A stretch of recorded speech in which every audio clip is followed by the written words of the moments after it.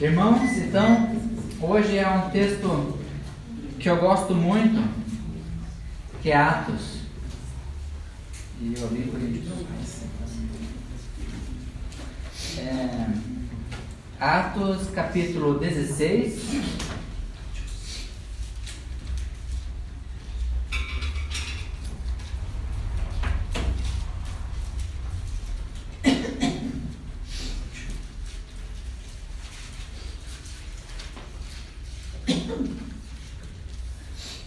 Atos 16, do versículo 9 ao versículo 15.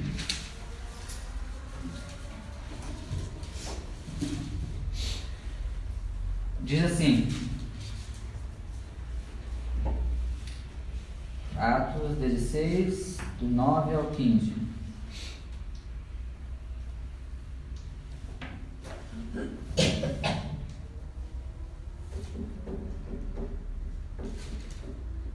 Peraí.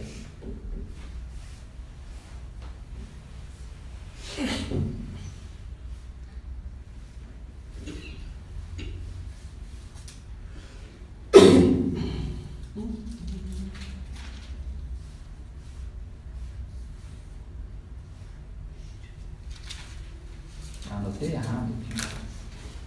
Dá um pause. Não tem errado.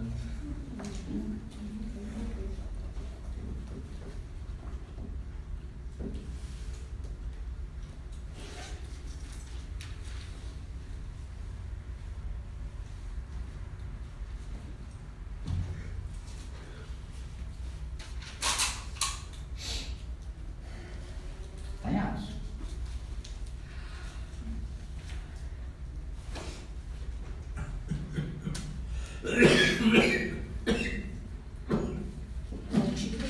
Alguém me dá uma dica? A viagem de Paulo a Trode.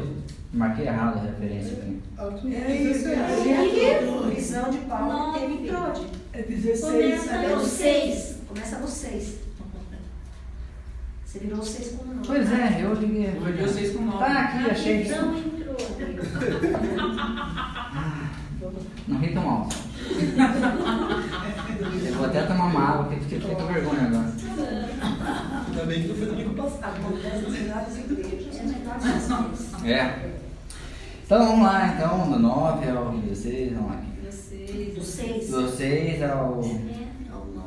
Ao 15. Ao 15. 16. Vamos lá.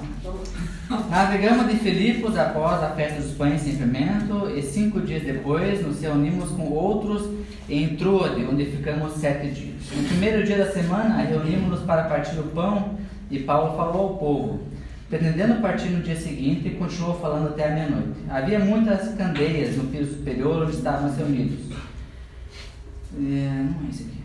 Não. Então,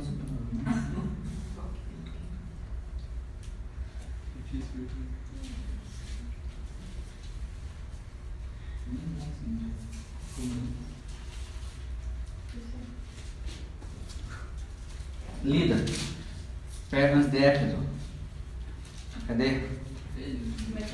Lida, quando ele estava indo para Lida e conheceu Lídia. Sim, é versículo 11. Gente, eu tá errada, gente. Espera essa aí. Atos 16, Capítulo 11, uma mulher chamada Lídia. Ó, me lembre de nunca mais trazer uma Bíblia de estudo. Tá bom. Nós do culto. Eu peguei a Bíblia tudo errado. Vamos lá. Ainda bem que depois do áudio dá para editar. 16, 11. Nós embarcamos em Troade e fomos diretamente para a ilha da Samocrácia. No dia seguinte chegamos ao porto de Neápolis. Agora estou em casa, tá? Agora me achei aqui. Dali fomos a Filipos, que é uma cidade do primeiro distrito da província da Macedônia e também colônia romana, onde ficamos vários dias. No sábado saímos da cidade e fomos para a beira do rio, pois pensávamos que ali devia haver um lugar de oração para os judeus. Sentamos e começamos a conversar com as mulheres que estavam reunidas lá. Uma daquelas mulheres que estava nos ouvindo era Lídia, uma vendedora de púrpura da cidade de Tiatira. Ela adorava a Deus e o Senhor abriu a mente dela para que compreendesse o que Paulo dizia. Ela e as pessoas da sua casa foram batizadas. Depois Lídia nos convidou dizendo: venham ficar na minha casa, se é que vocês acham que de fato eu creio no Senhor. Assim, ela nos convenceu a ficar na casa dela. Essa é a palavra que eu queria ter lido. Vamos lá. Senhor Deus, obrigado pela tua palavra. Obrigado porque ela nos abre entendimento para a maneira como o Senhor lida conosco. Nós queremos pedir que essa semente encontre um lugar fértil no nosso coração, que possa dar muito fruto. Que nós possamos ver primeiro os frutos em nossa vida e depois desses frutos a gente possa compartilhar com os outros também. Nós te pedimos isso em nome de Jesus. Amém. Amém. Então,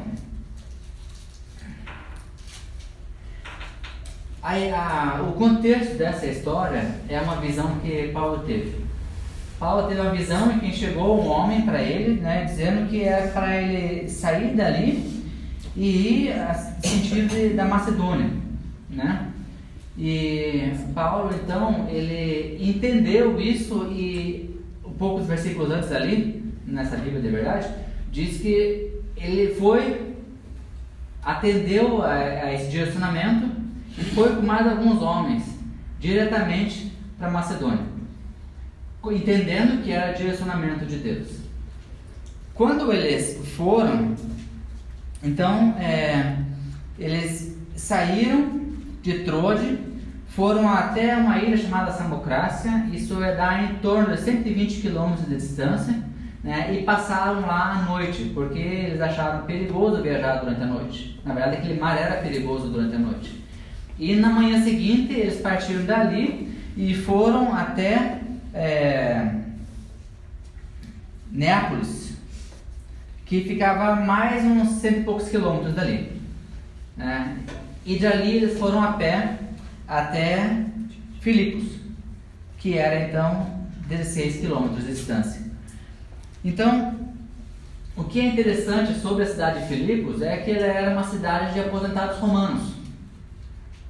E é uma coisa que não me tinha chamado muita atenção. Por quê? O que me chamou a atenção nisso? É que não existia uma sinagoga lá. Se não existia sinagoga, é porque existiam poucos judeus. E era comum naquela época, na ausência de sinagoga, eles procurarem à beira de um rio de águas correntes para orar. E esse orar significa tudo, né? É o culto deles, que eles fariam na sinagoga, eles fariam à beira do rio. Então, Paulo e os seus homens lá foram procurar onde é esse lugar de oração dos judeus daquele lugar. Já que ele recebeu a visão de que era para ele... que era para ele ir ali para Macedônia. Então, esse é o contexto da história.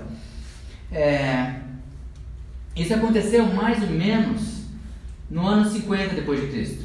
Entre 50 e 52 depois de Cristo. Dá para perceber que Jesus era uma notícia recente para as pessoas ali, né? E muitas pessoas, elas passaram a acreditar em Jesus a partir do testemunho de pessoas que viram Jesus, né? Paulo, ele não foi um dos apóstolos que viu Jesus, mas ele teve depois uma experiência pessoal com Jesus quando estava indo para Damasco, né? E aqui o que a gente percebe é que ele teve esse momento de compartilhar a sua fé com aquelas pessoas, e uma mulher específica, que foi chamada Lídia, ela já era temente de Deus, só que ela era estrangeira, digamos assim, ela não era judia, mas ela cria em Deus, e ela era uma mulher de negócios, ela era uma mulher importante, ela trabalhava com púrpura, né? E ela recebeu aquela mensagem no coração dela, e não foi só para ela a mensagem, como também todos da sua casa foram batizados, né? Eu lembro que como isso pode fazer diferença quando nós temos Jesus no nosso coração e começamos a falar de Jesus para as outras pessoas. Quando essa pessoa é impactada, ela não vê a hora de passar adiante a notícia que ela recebeu.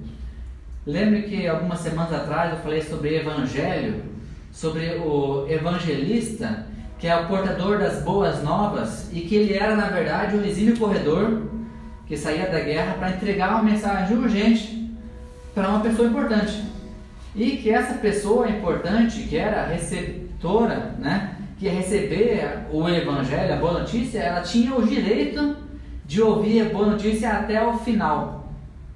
É interessante, né?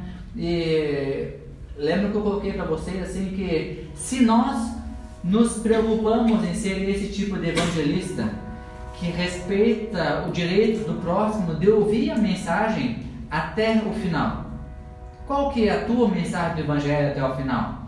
Já pensou nisso? O final da nossa mensagem do evangelho às vezes é o começo da mensagem do evangelho para o próximo, porque Jesus ele alcança a tua vida, você recebe toda aquela notícia e você muda a tua maneira de viver por causa disso, né? Era isso que os oficiais, as pessoas importantes faziam quando recebiam uma pessoa dessa. Eles tinham condições de mudar a estratégia, ou de baixar as armas, ou de recuar, ou de avançar mais. Por quê? Porque eles tinham recebido a mensagem até o final, certo? Quando nós transmitimos a mensagem até o final, nós estamos dando o direito, nós estamos permitindo que a outra pessoa exerça o direito de ouvir essa mensagem toda, do que a boa nova, o que Jesus fez em nossa vida, do começo ao fim, como nós éramos e como nós queremos ser a partir de agora. Nós não estamos em estado perfeito, mas nós sabemos agora da onde nós viemos e para onde nós queremos ir, né? E que nem Paulo fala, nós seguimos para o alvo. E é esse seguir para o alvo que vai depois ditar as nossas atitudes. As nossas atitudes vão ser mudadas por causa do alvo que nós escolhemos. E essa é a mensagem que a pessoa vai receber. A mensagem que a pessoa vai receber, ela vai perceber que uma coisa mudou ali. E eu também quero, agora eu disse, eu quero esse mesmo tipo de mudança na minha vida, ou se eu não quero esse mesmo tipo de mudança na minha vida. Eu estou dando à pessoa o direito da escolha, né? Alguns pontos aqui que me chamaram a atenção, são 3 na verdade, com relação ao que aconteceu com Paulo. Se a gente for ver um pouquinho antes, no versículo 9, no versículo 10... Ah, gente, olha só. Sabe o que eu não estava achando? Porque estava em Romanos. Mas tá ali, né? Tá próximo.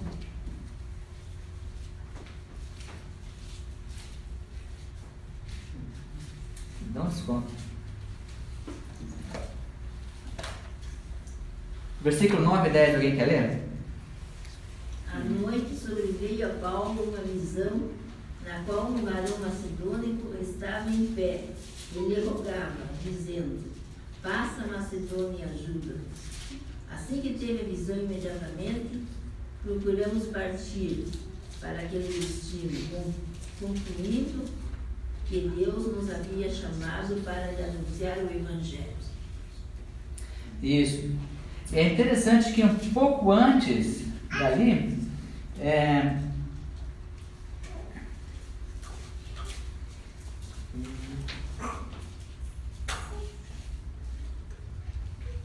no capítulo 15, Paulo ele já estava ali em Troade e ele queria ir para outros 2 lugares, e diz lá que ele foi impedido pelo Espírito Santo.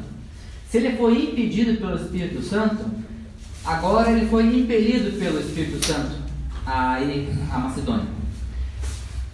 Onde eu quero chegar é que existia uma coisa em Paulo que era o suficiente para ele perceber se ele estava sendo impelido pelo Espírito Santo ou pela vontade dele, ou se ele estava sendo impedido pelo Espírito Santo ou por vontade dele.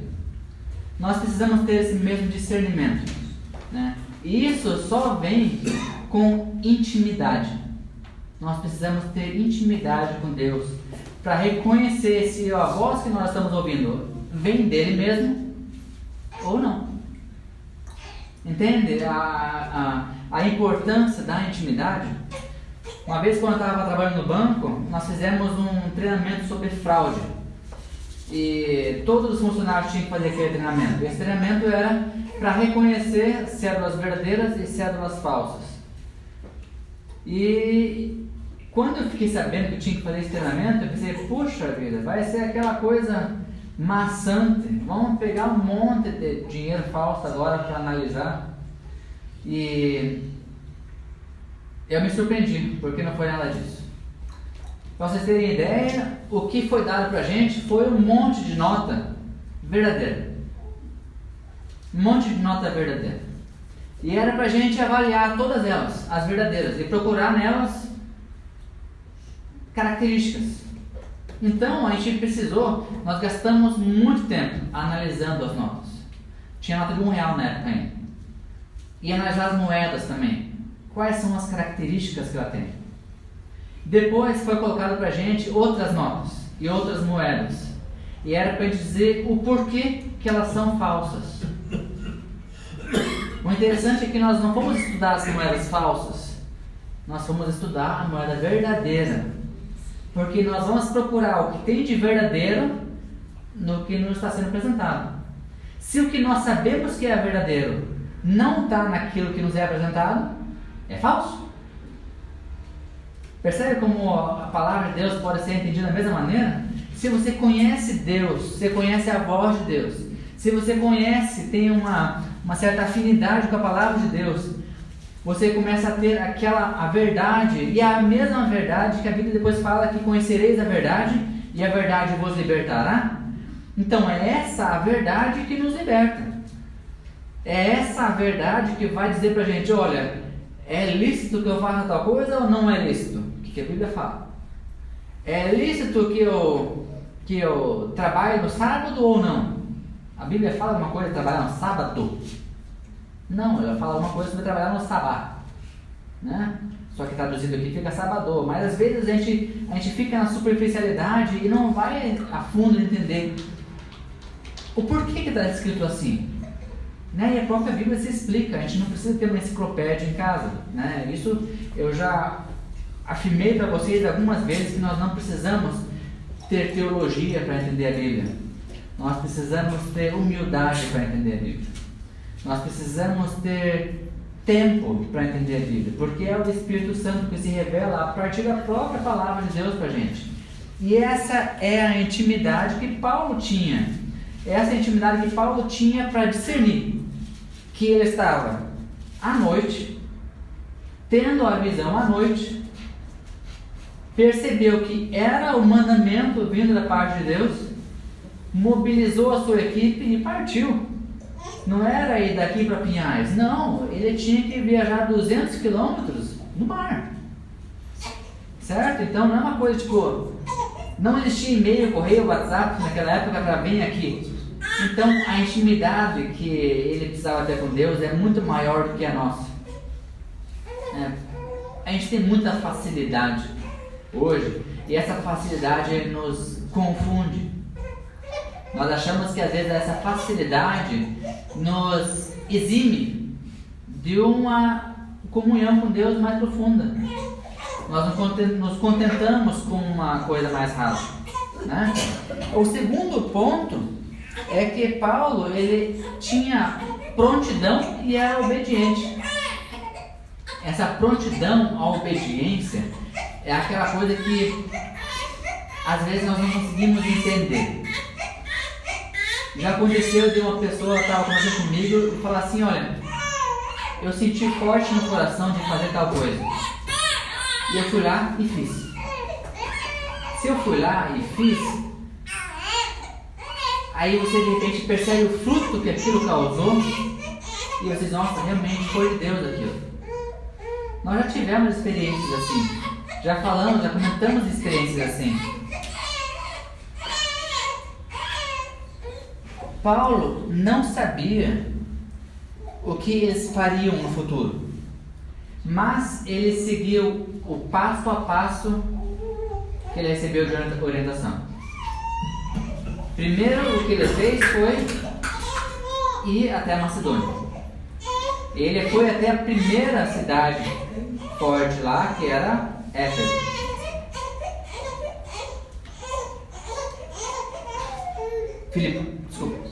Filipe.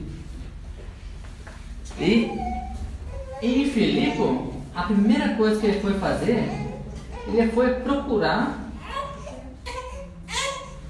a presença dos irmãos para estar com eles na oração. Percebe que isso é interessante? Ele não foi logo perguntar para Deus o que fazer. Não, ele primeiro foi buscar ter intimidade com os irmãos e com Deus. E foi naquele momento em que ele... Eu não creio que ele foi dirigido pelo Espírito Santo aqui. Não foi isso, né? O que ele tinha em mente é que se ele estava com alguém, ele tinha como necessidade evangelizar aquela pessoa. A pessoa tinha o direito de receber a mensagem até o final. Lembra que a gente fala isso? Elas tinham, e uma dessas pessoas era Lídia. Ele sabia quem era Lídia? Não disse. Depois disse que ela veio se fazer conhecida, quem era e tudo mais. Mas naquele momento, ela era uma das que estava na beira do rio, orando. Ela era mulher, na beira do rio, e não era judia. É interessante que isso bate de frente com todos os preceitos do judaísmo.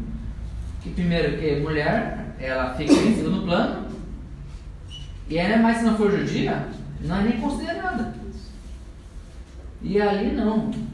Paulo diz, ele vive essa questão que quem está ali para ouvir tem direito de ouvir até o final. O que aconteceu na vida de Lídia e da família dela foi em resposta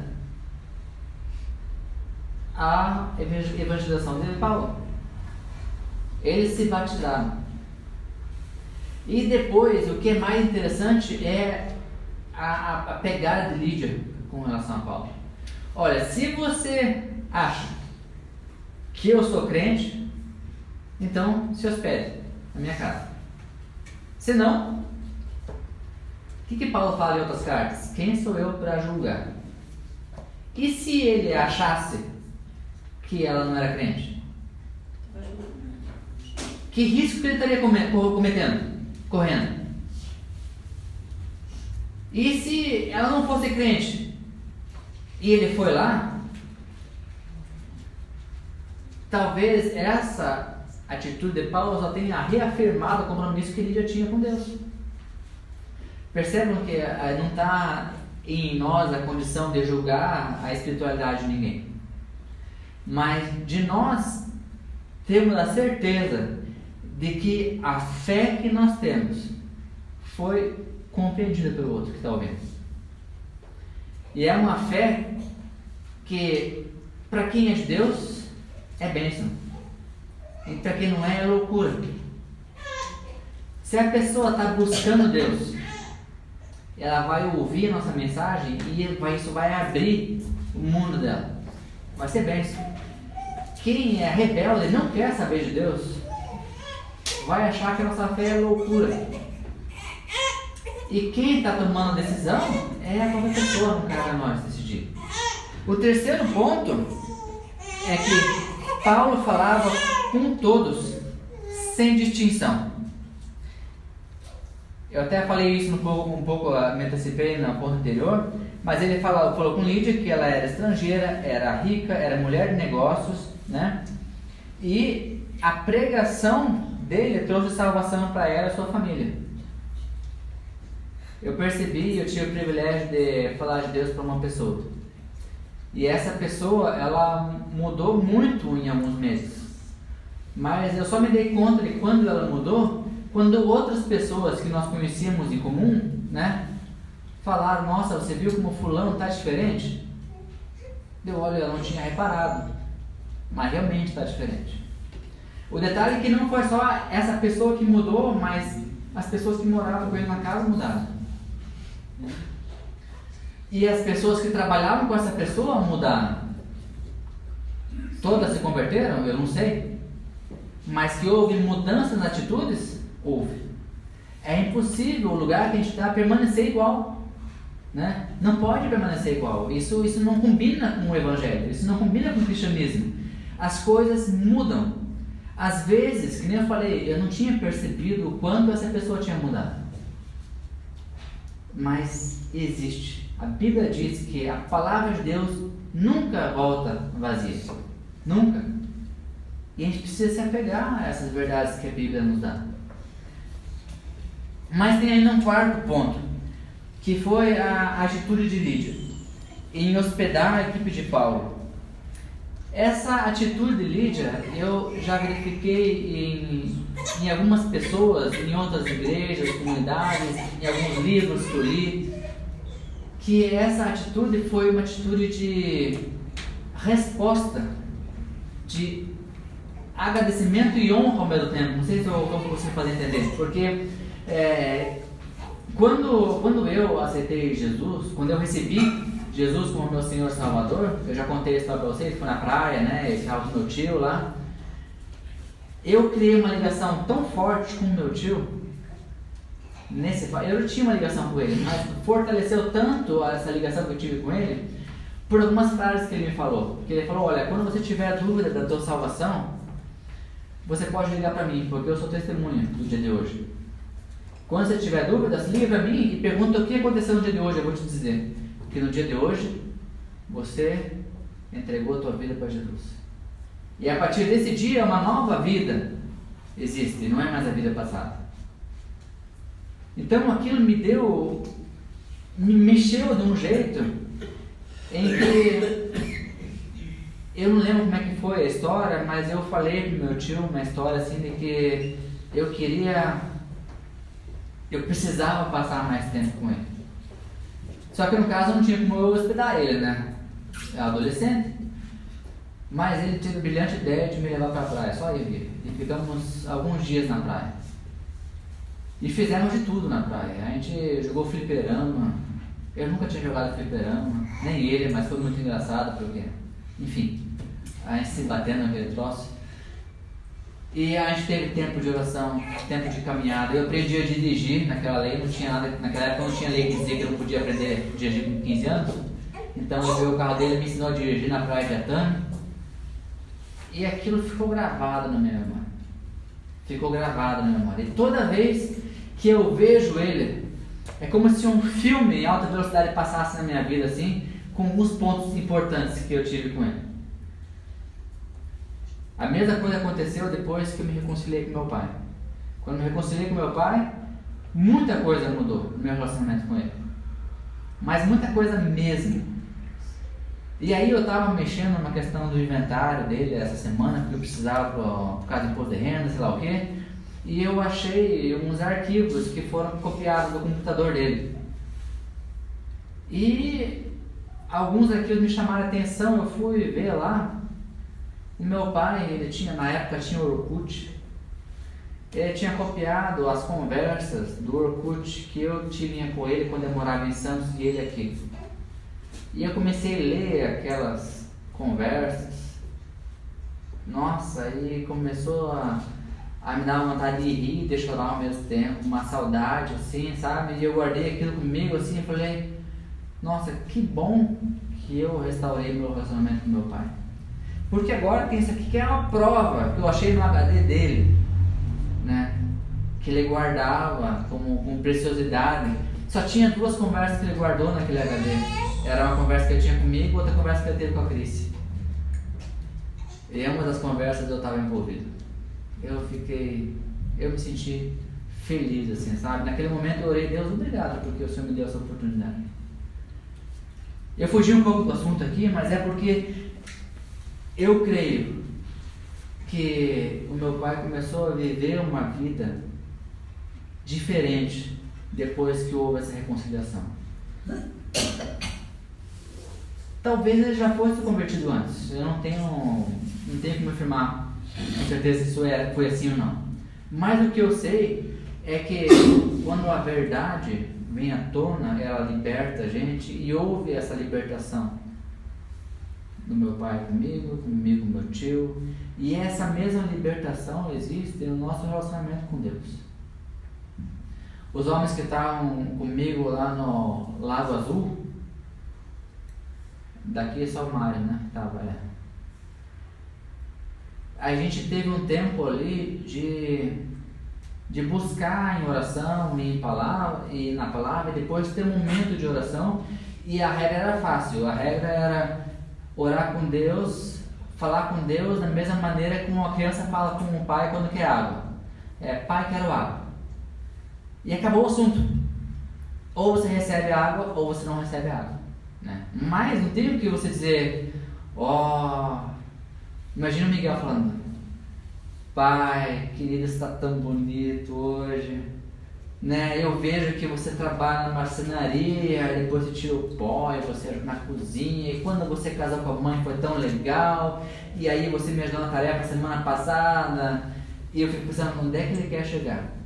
E daí eu sei que você alcança na torneira onde eu não alcanço. A gente não fala assim, meu Deus, o Senhor faz coisas que eu não posso, e aí justamente porque você tem essa qualidade de alcançar no armário, pegar o copo, e na torneira que eu não alcanço, eu preciso muito, eu ficaria muito feliz se você me desse um pouco de água, mas não só um pouco, mas que faz transbordar o meu copo de água. A gente não ora assim, a gente não fala assim com o nosso Pai. O exercício que nós tivemos lá nesse parque é que quando nós oramos, Pai, eu quero água, todos os teus motivos imediatos acabam em 1 minuto. Só que nós não tínhamos horário para parar de orar. E você tinha que continuar orando. Esse era o nosso exercício do dia. O que acontece é que nós começamos a ir mais fundo. Nós começamos a pedir não pelas coisas que são tipo, me dá, a sanguessuga, né? E nós começamos a ir mais fundo na questão dos sentimentos. A gente começa a ter um diálogo com Deus, e o lugar que a gente estava lá ainda convidava para isso. No meio da natureza que Deus fez. Quando nós temos essa resposta igual Lídia teve com Paulo, em convidar para que se hospedasse, é uma resposta de honra e de gratidão ao mesmo tempo. É uma resposta de honra e de gratidão pela mensagem que Paulo levou. E eu creio que Lídia, tudo bem, Lídia podia estar agradecida a Paulo, podia, mas eu acho que ela estava muito mais agradecida a Deus pelo que Deus fez na vida dela, que a maneira dela responder a Deus seria honrando Paulo. Um livro que eu li também que tem a ver com isso chama-se A Recompensa da Honra. E a recompensa da honra é basicamente assim o princípio. Se você honra teu chefe, honrando a Deus, então Deus te recompensará por essa honra através da vida do teu chefe. Se você honra teu funcionário, honrando a Deus, Deus vai te recompensar a partir da vida desse funcionário. Se você honra teu político, né, o teu presidente, o teu governador, o senador, seja quem for, mesmo que não tenha sido você que votou, mas se você honra ele, honrando a Deus, Deus vai recompensar você através da vida desse político. E isso não depende do político, isso depende de Deus. Se esse é um princípio divino, não tem nada que o fulano, o ciclano possa fazer que vá contra esse princípio. Não existe. Então, se você honra o teu cônjuge, se você honra o teu familiar, você vai ser recompensado por Deus através da vida daquele cônjuge ou daquele familiar. E isso não é da mesma moeda. Deus, ele te honra e te recompensa naquilo que você está precisando naquele momento. Por isso que existe a necessidade da gente ter a intimidade. Sabe uma coisa que é legal também? Que a atitude de Lídia em hospedar Paulo, em retribuição e honra, fez da casa dela, da casa de Lídia, pouco tempo depois, a primeira igreja da Europa. Vocês percebem o impacto que causou? A primeira igreja da Europa surgiu porque Paulo se hospedou na casa de Lídia. Ele não foi orgulhoso, né? Ele se fez fraco aos fracos, se fez rico aos ricos, se fez forte aos fortes. E ali ele respondeu ao apelo de Lídia: se você acha que eu sou crente, hospede-se em minha casa. Aquilo lá valorizou a atitude que ela teve com relação a Deus e a atitude que a parentela dela teve com relação a Deus. Pouco tempo depois, aquilo ser a primeira igreja da Europa.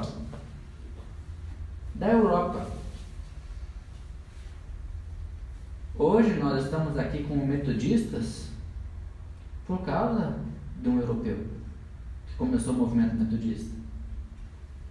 Percebe que é uma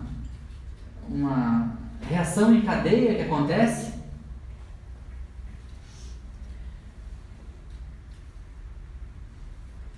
E isso acontece mais ou menos 6 anos depois. 6 anos. Eu estou aqui há 3 anos nessa igreja. E eu já vi tanta coisa mudar aqui. 6 anos para que se inicie uma igreja num novo continente. Nossa, o impacto que teve na vida daquelas pessoas foi um impacto grande. O evangelista cumpriu o seu papel do jeito certo. Agora, qual é a nossa postura como cristãos? Eu quero finalizar por aqui. Primeiro eu quero lembrar de novo que foram 3 pontos que moveram Paulo. Primeiro foi a intimidade que ele tinha com Deus. A intimidade com Deus fez ele discernir o que era para fazer, o que não era para fazer. Ele queria sair para evangelizar, o Espírito impediu. Depois ele estava dormindo e o Espírito impeliu. Então, intimidade com Deus é a primeira coisa para a gente saber o que Deus quer da nossa vida. A segunda coisa é que Paulo foi obediente e pronto. Prontamente ele atendeu ao chamado, à orientação. É esse negócio de eu vou fazer, Deus pediu agora, eu vou fazer agora. Não é vou fazer depois, é agora que Deus está pedindo, então agora que eu vou fazer. Por que eu vou fazer depois do que ele está pedindo para fazer agora? E se Deus realmente quer aquilo agora e ele não me expuser, duas uma. Ou ele faz que nem Jonas, né? Ele dá um jeito, você vai você mesmo, ou ele manda outro no teu lugar. Isso acontece porque o propósito de Deus se cumpre em cima da terra, debaixo da terra, nos céus. Sempre o propósito de Deus se cumpre e é um privilégio para a gente poder participar. O terceiro ponto é que nós precisamos falar a todos sem distinção. Nós precisamos falar a todos sem distinção. Eu vi uma cena lá na Igreja Central, no dia do Coração Aquecido lá, que foi dia 18, né? Na concentração distrital, que chegou uma pessoa lá, e essa pessoa, ela, muitas vezes, uma pessoa que está alcoolizada, ela é descartada, ou ela é, como é que é o nome certo? Destratada, ignorada. Mas algumas pessoas se moveram em direção daquela pessoa. E isso toca meu coração. E com certeza toca o coração daquela pessoa também. Aquela pessoa pode voltar. Se é que ela já não voltou, porque foi tratada bem uma vez e naquele dia ela não estava bem, foi procurar refúgio na bebida, não conseguiu e, bom, naquela vez me trataram bem, vou voltar lá. E se dessa vez não tivesse sido recebido? Como é importante nós enxergarmos as pessoas como Deus enxerga. A gente não tem as condições de fazer isso. É só o Espírito Santo em nossa vida que nos dá essa condição de amar incondicionalmente, de amar sem julgar. Nós não precisamos tecer nada a respeito da pessoa. Esses 3 pontos são importantíssimos: intimidade, prontidão e obediência, e sem distinção de pessoas. Quando nós fazemos seguimos esses 3 passos, nós podemos causar nas pessoas, para a glória de Deus, não para a nossa glória, causar nas pessoas a mesma coisa que foi causada em Lídia, uma mudança na vida dela, na família dela, e olha só, um continente foi alcançado por causa de uma família.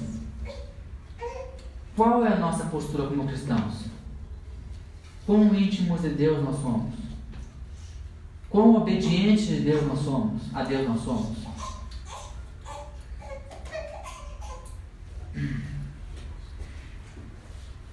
E último, quão gratos e honrosos nós somos a Deus. É interessante a gente pensar isso. Nós honramos não porque a pessoa merece de honra, não, mas é porque Deus é digno de honra. E quando nós honramos as pessoas com o coração honrando a Deus, essas pessoas acabam sendo impactadas pela fé que nós temos em Deus. A gente, por exemplo, a gente não precisa sair pegando para chefe. Não precisamos sair pegando para chefe. Nós precisamos honrar eles como sendo a autoridade que Deus colocou sobre a nossa vida. E se Ele pedir para a gente fazer uma coisa, nós vamos fazer aquilo, porque é bênção nós estarmos ali para obedecer e fazer o nosso melhor, como se aquela pessoa fosse representante de Deus na nossa frente, desde que não peça nada que seja contra os princípios de Deus. E se Ele pedir uma coisa que é contra o princípio de Deus, a gente pode negar e explicar o porquê. Isso não é desonrar.